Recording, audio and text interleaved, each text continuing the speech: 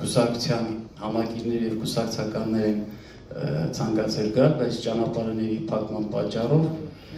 որոշակի խնդիրներ առաջացել, մի մասն էլ կարծես թե հասկացա կգա մի փոքր ավելի ուշ։ Ամենայն դեպս վերջիններիս ներկայությունը եւս մենք պետք է համարենք հարգելի։ Նաև տեղեկացա, որ օրենքով սահմանված կարգով քվորում ապահովված է եւ անցնենք մեր օրակարգային հարցերին։ Այժմ ես կցանկանայի, որպեսզի մենք լսենք ԴՕԿ կուսակցության պատվավոր նախագահ պարոն Վարդան Ղուկասյանին։ Հարգելի ժողովուրդ, հարգարժան կուսակցականներ, հյուրեր, պատվիրակներ, տիկնայք եւ պարոնայք։ Ինչ չէ նաև դավիճում նստած, բայց նորմալ մարդու ներկայացուցիչներ։ Ողջունում եմ ձեզ այսօր այս մեծ դավիճում, եթե չի կարող պատկերացնել, որ կդիմեմ իմ համակիրներին, կուսակիցներին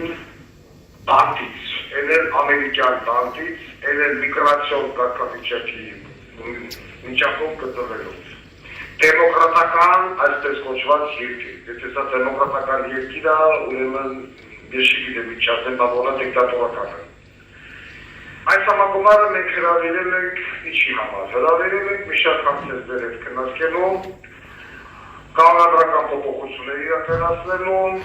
նախագահության փոփոխություններ իրականացնելու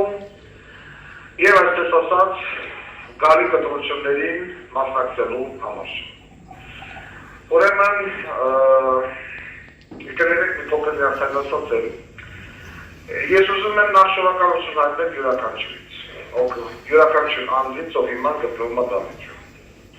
Դուք այս պայմանությամբ ապրում եք այնպիսի մի երկրում,